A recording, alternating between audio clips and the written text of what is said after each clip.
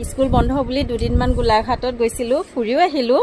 আহি আৰু কাপোৰ চিলাবলৈ মনে নোযোৱা হৈ গ'ল। মানে নবহি মানে এতিয়া মোৰ মেচিনত বহিবৰ মন নোযোৱা হৈছে।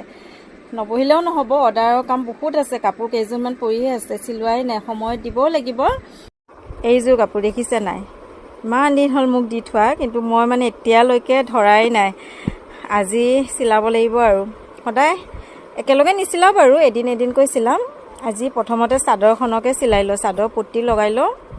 দেখিছে নাই, মানে এলাহ লাগি গৈছে মোৰ। দুদিনমান ৰেষ্ট লৈ দিলেই মোৰ এলাহ লাগি যায় কাপোৰ চিলাবলৈ। কণ্টিনিউ বহি থাকিলে বাৰু চিলাই থাকিব পাৰোঁ, কিন্তু যদি মই ৰেষ্ট লৈ লওঁ মানে মোৰ আমনি লাগি যায় আকৌ বহিবলৈ। চাদৰখনৰ পৰা আগে পটিখিনি এক্সট্ৰা কৰি লওঁ, কাটি উলিয়াই দিম, আকৌ জইন কৰিব লাগিব। এই মেখেলা চাদৰ চিলোৱাটোৱেহে বহুত টান দেই। গোটেই পাৰ্ট এক্সট্ৰা থাকে, আকৌ সেইবোৰক জইন কৰিব লাগে। আৰু দেখিছে নাই, বতাহত উৰি আছে, কাটিবলৈ ইমান অসুবিধা হৈছে। ফেন নচলালেও নহয়, যিহে গৰম পৰিছে। বিশেষকৈ গৰম দিনত একেবাৰে মেচিনত বহিব মন নাযায়, বহুত গৰম উঠি থাকে। কিন্তু উপায় নাই, এতিয়া অৰ্ডাৰ আহে যেতিয়া কৰিব লাগিবই। আৰু